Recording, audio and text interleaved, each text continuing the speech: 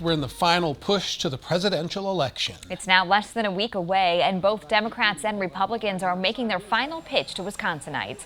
One of the topics center stage is COVID-19 as the state struggles to control the virus. Capitol Bureau Chief Emily Fannin has you covered on how both sides of the aisle are addressing the pandemic and whether voters are beginning to worry more about it. Emily?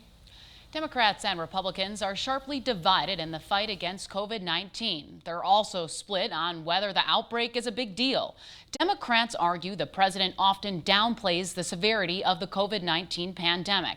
The president told thousands at a rally near La Crosse yesterday, "We are rounding the corner on COVID-19," when Wisconsin is not. State health officials on the same day called the pandemic a nightmare situation as cases, deaths, and hospitalizations rise.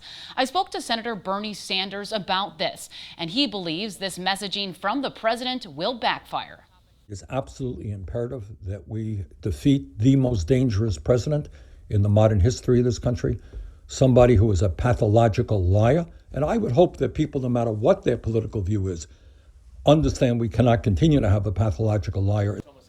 On the other hand, Republican Congressman Brian Stile is supportive of the president's handling of the virus, but he distanced himself from the president's comments when I asked whether or not our state is rounding a corner.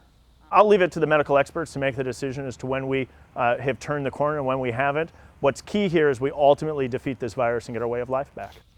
As for how voters view coronavirus, the latest Marquette Law School poll shows Wisconsinans are divided on the issue.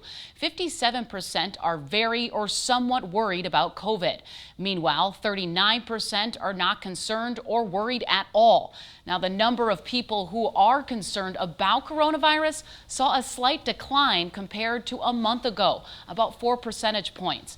With the virus top of mind to some voters, it will likely play a role in who people cast a ballot for.